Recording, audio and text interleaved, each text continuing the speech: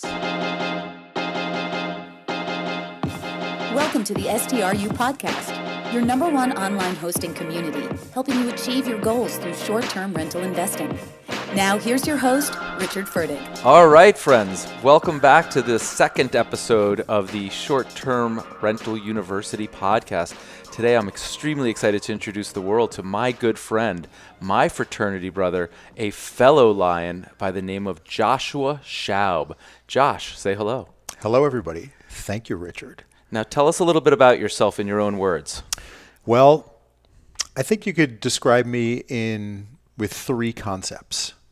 One, since I started working, I've worked in the web space, so the digital space. But early, dude. Early. Like before it was a space. Yeah, started in around 1994. Yeah. So I've been a digital first person my entire career. Second, I've been a real estate owner, partially due to my career choice in the digital space. So I've had real estate for almost my entire, adult life. And third is that I've been committed for this entire time to live a work life that is untethered to any physical location. And after about 25 years of work on this setup, I have to declare that it works beautifully. I love that. And I think that's going to resonate with a lot of the people that are either interested in doing that, or on the journey to do that, or aspire to do that. And I think it's really cool that you've actually started to do what we're going to call like on safari yourself. You and I got together back, I think it was in March at your house here in Los Angeles. Indeed. We were talking a little bit about what's going on with one another. Josh and I graduated Cornell in 1991. We're members of the Delta Chi fraternity. We've had tons of good times, probably some that we can talk about, some that we can't talk about, and some that are forgotten. And nonetheless, a good friend, a good bloke, and just a good old, time friend. And we got together back in March. We were catching up. We were talking about some life changes that are happening simultaneously to both of us on separate coasts with different set of circumstances, but remarkably similar. And we just started talking about what I'm up to in real estate and Airbnb, and we were catching up. And Josh, in your own words, where did that, lead you to, or what reawoke perhaps?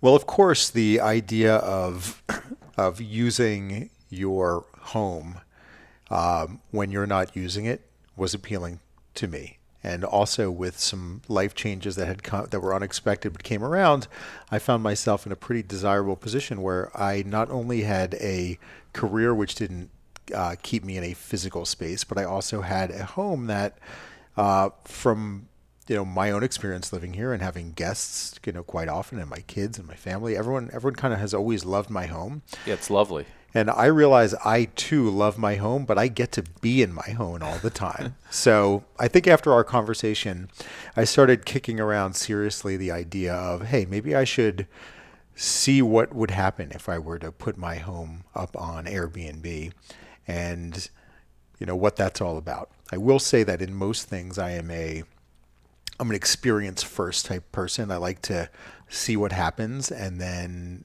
make decisions after that. And the first thing I was really interested in is, would this place actually rent?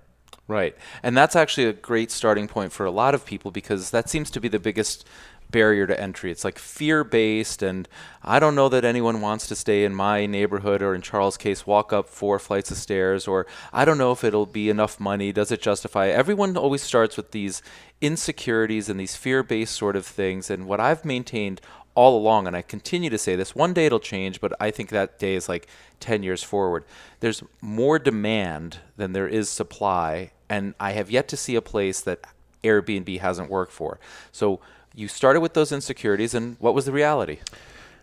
Well, it was really kind of interesting, because I think before you start, you're consumed by what will my place get per night. And I think that comes from just having owned real estate, is that it's always on your mind, because a lot of times you feel like, wow, how great I am at buying something, when in fact you have the gift of timing. Right. But you're consumed by that. Like, wow, I would love to get this amount for my place. And so you go into it and saying, all right, this is going to be the number. And you're setting a barrier for yourself where you may actually be disappointed. So that was on my mind. What's my place going to get? And then kind of visualizing what that would turn into. And then I started to get a little bit more practical and said, okay, I know I own this place and I know that it's my family home, but I don't quite know what the first step would be if I wanted to do this. And at which time what I did is I found an old email that had come in from Airbnb, and I finally opened it, and it said, it described a new service they had featuring co-hosts. And the concept made sense to me, which was, let's bring someone else in. Let's let them use what they know to get your place ready to go, and just follow someone else's recommendation for how to get onto this platform, and then see if you can get into it. Absolutely. And I think back in March when we sat down and talked about it, I shared with you a little bit about the YouTube channel and ways that you could do it yourself. And while it's helping tons of people and there's obviously more profit to be made, it's not for everyone. And there's plenty of opportunity for those that are looking to grow their own Airbnb empire or raise money or save for their first place or their second place to be in and around the fabric and getting their hosting skills up with somebody else's property. So I think that's a great approach where you were like, well, it's a great idea. And I love, we were talking about the trip that I was taking. I went to 55 days. I was overseas, which is just unbelievable. And I had the best time, and you and I have talked about that. But it got you thinking about where you might go. And we started talking about, well, since we both have shared custody, which means we're 50% on and 50% off, like you could have an idea of like taking a week at a time off. But ultimately, you didn't want to do the work yourself, right? Like maybe that was either... Yeah, I wouldn't say it was more of I didn't know what the work was. Got it. So what I didn't want to do is I didn't want to have expectations for what my price point would be and then fumble on the execution. And so it just made more sense to talk to some of these people that had offered their services as a co-host. And so I got a bunch of proposals back within 24 hours. So let's talk about that. What did they require from you? Did you have to send photos or description or anything? All you had to do was fill out a couple of sentences on what your offer is and your location. So I live in Bel Air, and I knew I had a great location, and I wanted to see, again, I just wanted to see what would come back, and the responses were all over the map. So there were some people that looked like they had a portfolio of very, very high-end places that were, kind of stodgy. There were people that lived in the neighborhood that wanted to help out with my listing because they had listings nearby. And ultimately, there were the description of the person and their experience, as well as a estimate of what they would charge for their services. I settled on a woman named Kristen, who I invited over, and she was a host in another city. She had just moved to Los Angeles from New York. And when she described her experience as a super host, she sounded like a perfect fit. Someone that had like perhaps the instincts to be a host and in another era may actually have a B&B of their own or work in a hotel, right, or go to the fine Cornell Hotel School, and just have these instincts to make the house ready for other guests. And I liked her style. I liked how she described it. And we said, let's just go for it. So let's talk about what that means. So what exactly does she do and what do you do? Meaning there's all sorts of communication and inquiries and calendar and pricing, and then there's the actual preparation of the home. Like, where does she start and end, and where do you start and end? So that's to be determined in each of these relationships. So the one that she and I have is she handles the front end communication. However, we have the back channel going on. So for example, we had some people putting a request in, and it was a couple, but they had dogs. So I said, well, Kristen, find out if they are shedding dogs. Right. Right. And then she's on the front lines. And that has worked for us because I like to ask a lot of questions. And I also like someone else who can deflect and say, let me find out from the owner. Right. Without having to give a answer right back. I feel like that's worked for us. It's allowed us to kind of feel people out. Since this is a family home, I have a different comfort zone with different people. So I will be comfortable with 2 families with small kids, but I won't be comfortable with 7 adults. And see, this is the beautiful thing about Airbnb and co-hosting and all of that, is that it's completely independent of what other people are comfortable with, right? Like as long as you yourself are comfortable with it, you can turn the calendar on when you're comfortable. You can turn the calendar off. You can host, not host. You can say yes. You can say no. I mean, it's just absolutely beautiful, right? Oh, it's fantastic. There's so much flexibility. And since there's so much flexibility, it takes a while to understand how to use the machine. So back to what you said about pricing. So I started letting her have the pricing. And since it's in my nature, I started going in and making some edits to the pricing myself and seeing what would happen if I started to charge more on a Friday and a Saturday versus a Thursday, seeing if there were any differences in the responses I was getting, and just getting a feel for how it all worked. And what's great about a lot of these online platforms is they're actually fun. So it's cool. It's super fun to go in there and set your pricing and see what happens. And do you use dynamic pricing now? I started to, because I wanted to see what that was all about. Cool. Well, I recommend it, and we recommend using dynamic pricing by a service called Beyond Pricing, which I think has done remarkably well for me and tons of our viewers on YouTube. But we can talk about that a little bit later. But anybody who's listening to this, if you're not using dynamic pricing, your competition is, and they're making more money than you. Basically. So anyway, so what does she do once the calendar's management has happened and she's selected like the people that meet your criteria? Sure. So in the beginning, she was meeting the people here, letting them into the house. Before that, what we do is we do the turnover of the house. So the night before the listing, I'll either have the cleaning, person that day or in the following morning before check-in. What we'll do is she'll set all of the beds, so change all the linens, put mattress covers on the beds, change all the pillows, do a sweep through all the rooms to depersonalize and get the house ready to go. And there's just, a couple of like little things that we'll put out that make it feel like more of a welcoming place. Put a note on the chalkboard wall, et cetera, et cetera. And so you have some system where she says, in this kid's bedroom, I take these 4 photos and this toy and this and that. I put it in a box and I put it in the garage or I put it in the closet or something. Yeah. So I've got basically tubs with the existing stuff and then the replacement stuff. Oh, cool. Yeah. So everything is kind of in the tub, and the tub. And was that her idea? She's like, this is the way I do it? That was kind of my approach to it. And because what I wanted her to do is I wanted her to find everything we needed, set the house the first time, and then it was more up to me to break it down so it makes more sense to set up the next time. I didn't want the relationship to be her having to come back to the house too many times because she doesn't live in the neighborhood. And or fumbling, like forgetting about that one thing, right? Yeah, and it's more like, you can imagine the very first time everything looked like incredible. Right. And then next time it looked great, not as like perfect deluxe, but it didn't matter. Right. Of course, the towels had been used by then. Right. But you know what? What Josh is basically describing here, we've covered this in a video on how to scale, is putting in place systems and processes, right? Like thinking about what needs to be done, setting it up once, and then making it so that it's sustainable and repeatable. So now she comes back the next week, the next month, the next year, and she knows exactly where to find everything, knows what to put out, and what to put back in there, and like just keep doing it. Yeah, and I got to tell you, one thing that I really like after we kind of decluttered the house is I've kept it actually very decluttered. So it got a lot of the junk out of the house. That's good. And I've just kept that stuff. I have an extra closet that's full of like little knickknacks and things that are just, they did not make it back out. And I love that.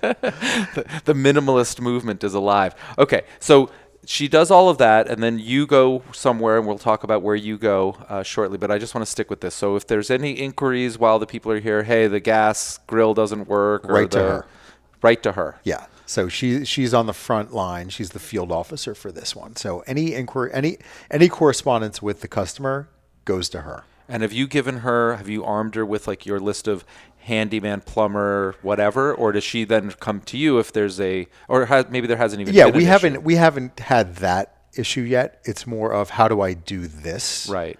But I'm finding that in my particular home, the people that are renting it are in Los Angeles, to do something in Los Angeles. They're not on to be in your vacation home. in my home. Right.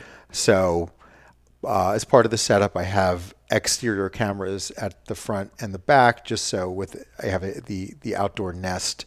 So if there's an emergency, I can actually speak to someone and help them figure whatever it is they need to figure out. But just tracking the traffic patterns, you can see people generally leave pretty early and they come back pretty late.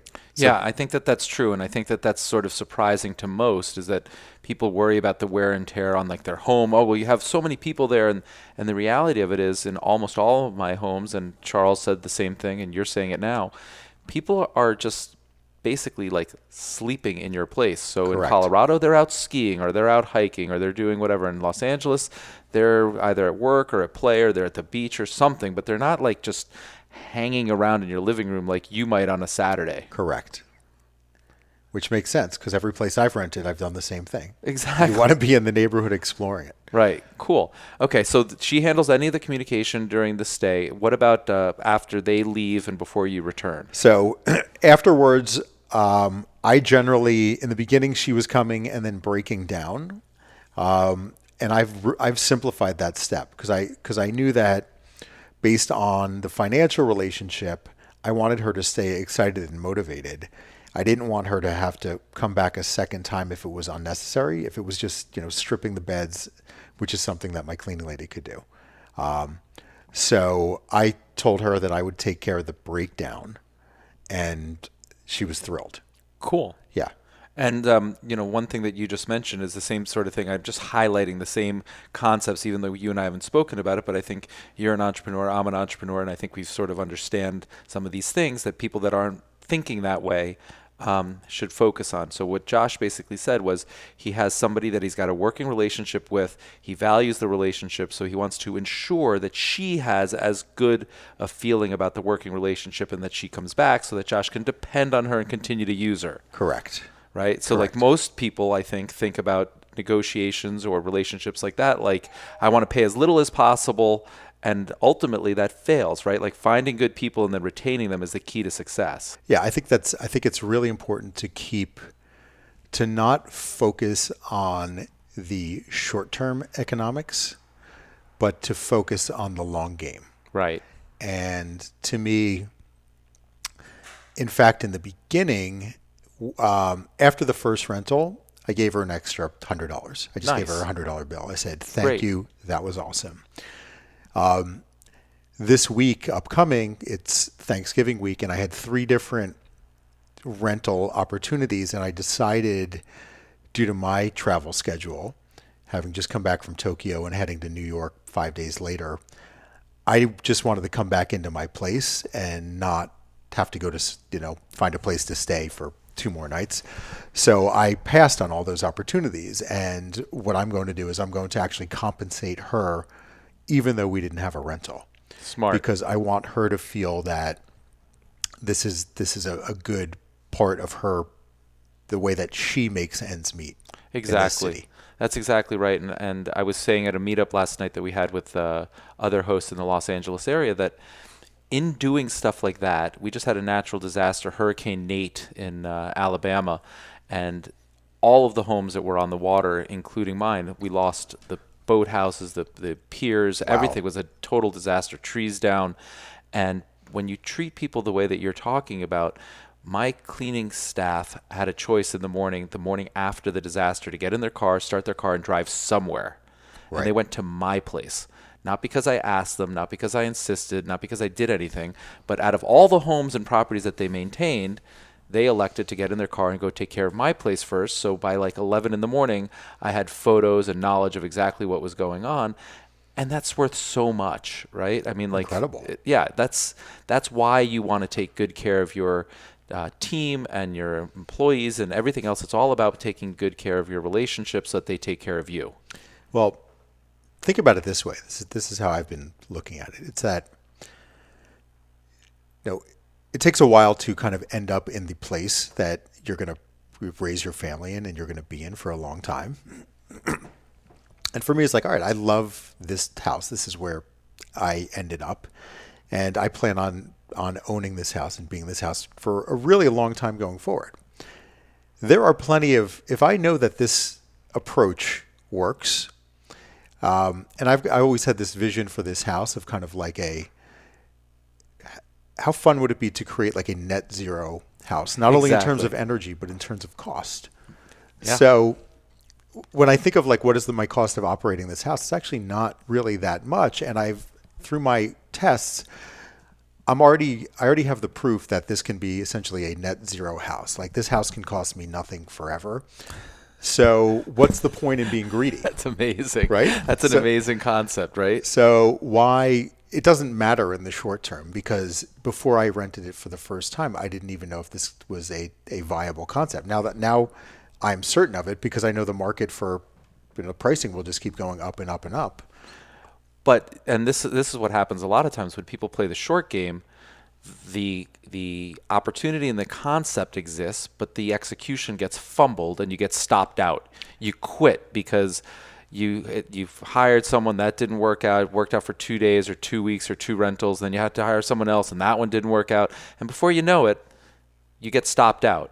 Correct. Versus if you think about the person that you're working with, they're trying to put together their long game.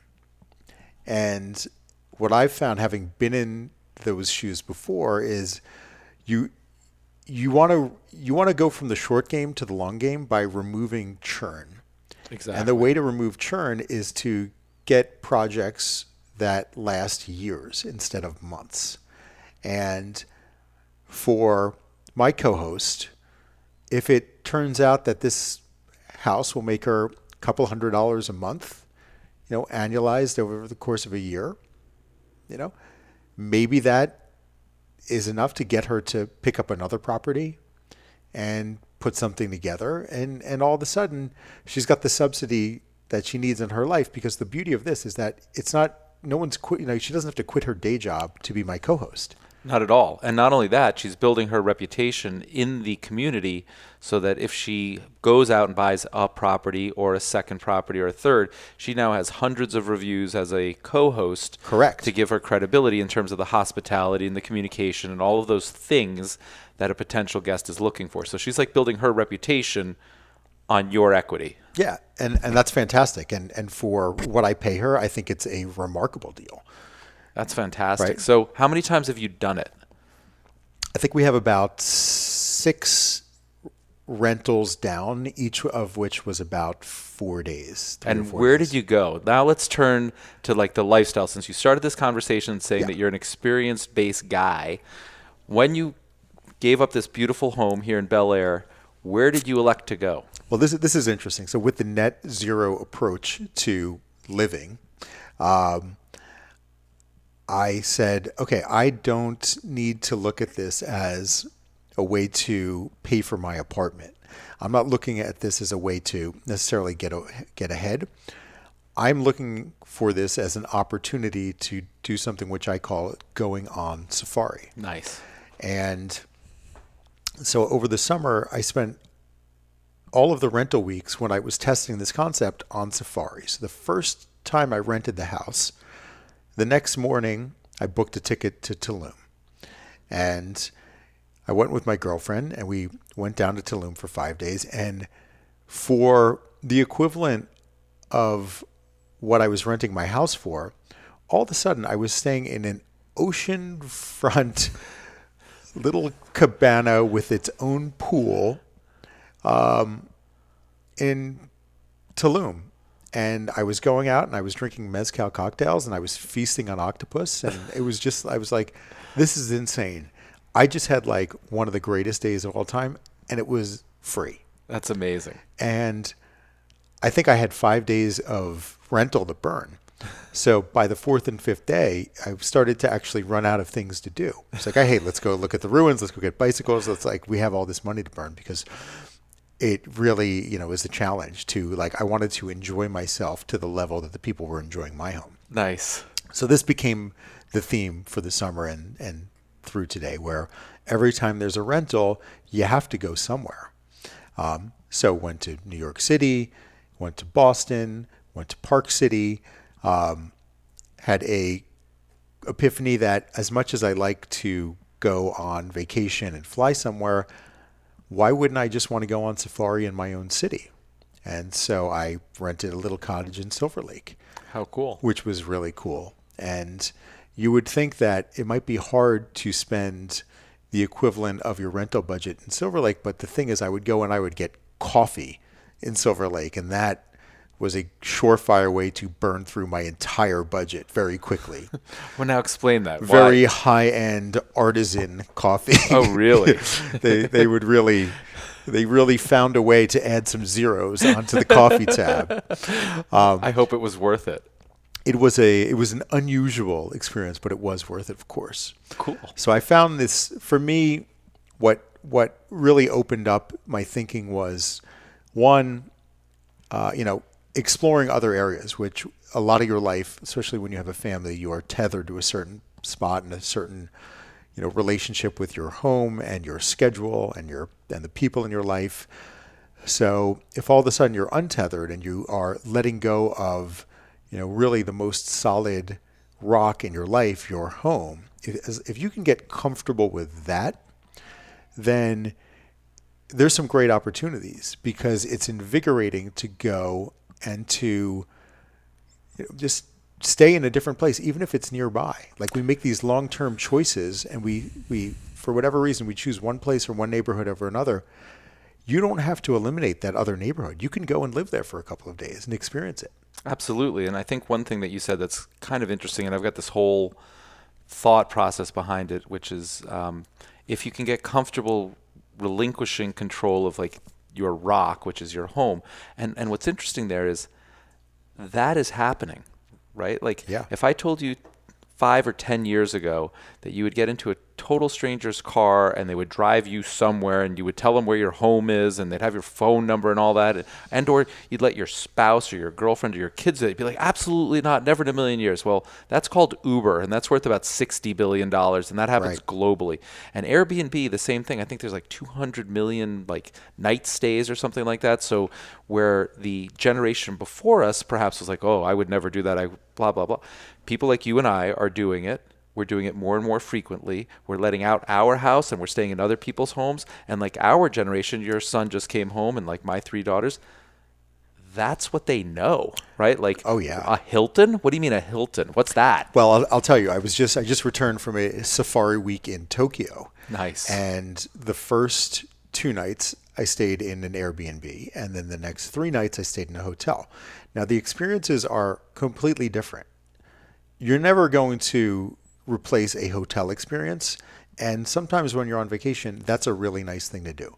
But I'll tell you what's also nice to do is to have 2 nights for the equivalent of a third of one of the nights. Right. And then to go out and do all of your shopping with the money that you have left over from not staying in a hotel.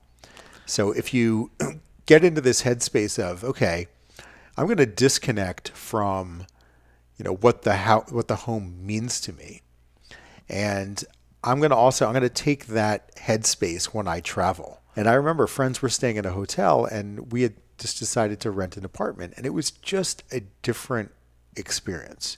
You felt that you were immersed in the community, and if you like that feeling, it's great, because you can just discover more of what is there at your fingertips. Totally. So in wrapping this thing up, let's talk about 2 things. One, what's next on your vision for you and Airbnb? Are there new ideas, or are you thinking about adding, or are you just going to keep doing what it is that you're doing? And then I want to make sure, since I've asked you an awful lot of questions, that you have the opportunity, if you have a question for me, to ask. Sure. So there's 3 concepts that I have. The obvious concept is I really love this cottage that I stayed in Silver Lake. It was about 650 square feet. And to me, a perfectly executed small space is really something to strive for. It's amazing. So I'm kind of in the market for like a very small space that I feel would fall, in kind of a hipster neighborhood where I would list it, in the lower hundreds per night. So I like the idea of getting something small off the ground where I'm not making a big bet on something and hoping that people are going to pay big money for it. That's number one. The second proposal is I have in the back of my house, I have the side of a mountain, and I have a beautiful spot. And I just had I found a new company that does prefab homes with a young CEO that they just got some venture funding from some very big names. And I had him over. We walked the property, and then he came back over and presented his designs. So I'm considering putting a structure up on the mountain. That'd be very cool. Calling it, the Sky House. The third option is in my garage right now, which is a playroom. A friend of mine who works as a production designer on a film set called me a couple weeks ago and said that they built a beautiful yurt and they had nowhere to go with it. And it was of such nice quality, they didn't want to just throw it out. And would I like it? So I had them deliver the yurt, and it's now set up here? It's in my garage. Oh, I have to see it. Yeah, so I'm thinking of possibly putting the yurt out on the mountain and just going with that experience. So I think what I'm looking for is I'm looking for something where I want to crack something that from a investment point of view is going to not be something that I hope people will come to, but I feel good. What I've learned is that there are certain price points and sizes that will always move.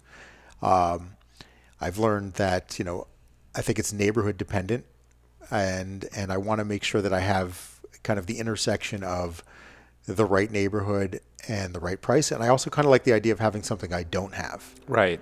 So, going to another neighborhood that I'm not that aware of, it gets me on safari. Cool. And I think that's something that I'm thinking about. Well, that sounds great. I definitely need to check out that yurt. And in fact, I think, this is the beautiful thing about Airbnb. You could probably list that yurt in your garage and somebody would stay there at the right price. Right. Right. And just get your kinks worked out, like what's comfortable, what's uncomfortable, what do I need to add or whatever. But that's just a different concept. Is there anything that's on your mind that perhaps you'd like to ask me? Sure. I think what's always compelling is the portfolio view. Right. And so I think when you're doing your own projections, I think you and I are similar in that we've always kind of come up with our own projections for how properties that we've owned would perform. And while it makes sense for us, going down conventional financing routes is a little bit different because you have to take something obvious and make it complicated to explain it to someone that doesn't have the threshold for risk. Right. So my question is, how do you view financing conceptually changing over the next couple of years as people want to start investing in properties? That's question number one. And question number two is, do you also foresee funds being created where people could invest their own capital in a fund that would go out and purchase properties rather than try to pick them off one at a time? Fantastic questions, and I almost feel like I planted these questions, but I did not, folks. So the first question is about financing, and the reality of it is it's almost impossible to get financing right now for Airbnb properties if you disclose the fact that you're going to be Airbnb-ing them. What most people end up doing is either say it's their primary home or it's their vacation home, and they may or may not disclose that at the time of the mortgage application that when they're not using it, they may or may not Airbnb it. But that's different than, no, I'm going to Airbnb this thing some portion of 365 days, maybe 300 out of the 365 days or 330. You can't get financing for that. That's called a commercial loan, and commercial loans really like to have long-term leases because then they can analyze the cash flows, right? You sign a 12-month lease and you pay me $2,000 a month. I exactly know, what the coverage ratio is. But you're going to list this thing on Airbnb and demand and supply changes and pricing is dynamic and it changes every single night. Like I can't model that and I don't like the risk and therefore I reject your loan. So what's happening is I'm actually working with a private equity investor to raise a fund to embrace this risk because we love the risk. We understand the cash flow. And in fact, it's such a superior investment versus long-term that we'll underwrite that. And what ends up happening, it's kind of comical. The people that don't like the risk, say the traditional banks and mortgage shops, they're the ones that have the most of the risk, and they're just being lied to. Correct. So inadvertently, they have exactly what they don't want, and they're not being priced appropriately. Whereas what we're going to do is hopefully in the next, call it 12 months or so, raise commercial money that likes this risk. We're going to price it properly, just like auto insurance. If you've had no accidents and you've never had a claim, and you're a safe driver and you're 65 years old and whatever, female, you're going to pay a different rate than a 21-year-old, person who's never driven before. It's the same sort of thing. It's going to be priced higher than something that could be resold into Fannie and Freddie Mac and so on, but you're going to be able to get the financing without lying, without stretching the truth. Right. And from our perspective, it's an asset-based loan. We like the asset. We like the fact that there's community ratings, right? So like we will be able to loan to people that have superhost status, right? That's an advantage versus somebody who's like never done it. And that doesn't exist. When you walk into a bank right now, you have a credit score. Okay, well, that's important, but that doesn't tell me how you're going to do with like being a homeowner. Do you know what to do in case of a plumbing leak and a this and a that? In the case of Airbnb, we just take a look at how many places you've had, how long you've had them, what the average review is, and so like we can quickly assess. And so like that's a really cool opportunity for us. And the second thing is, and this is something that I've been thinking a lot about and I've started to dip my toe in, is exactly what you're saying, which is right now, one of the obstacles to scale is that it's very time consuming to identify one deal, buy one deal, and then you can only like rent out that one home. But I envision a future, and we're working with other private equity funds too, to create a commingled fund that sees the opportunity in Airbnb. And it might be something like a whole neighborhood that we gather multiple properties in, or it might be a multifamily building, and instead of doing long-term rentals on the 10 units, they're all Airbnb-able. But there's going to be a lot of innovation in and around the financing and the investment opportunities in Airbnb, and that's sort of like the second generation opportunity. Great. So I'll let you know. I know one thing. Tell me. I'm going to bet on you. Oh, thank you. And I'm betting on you, my friend. Listen, all right, Josh, I really appreciate your time, your energy, your views. I think in closing, for anyone listening to this, if you haven't gotten started because you think the time commitment or you don't know how to do it, co-hosting is a great solution. And for those of you who want to get more experience and grow faster, but you can't afford to buy another property or can't even buy your first property, co-hosting is a great place to get started. And that's all I got. Anything else, brother? Get your feet wet. That's it. Get started, right? Get started. All right, my friend. Thank you so very much for your time and energy. You got it. Be good. So that does it for another episode of the STRU podcast. As always, all links mentioned are in the show notes below. And if you found this show helpful, please leave a review on iTunes. If you're serious about short-term rental investing, be sure to check out str.university. Till next time.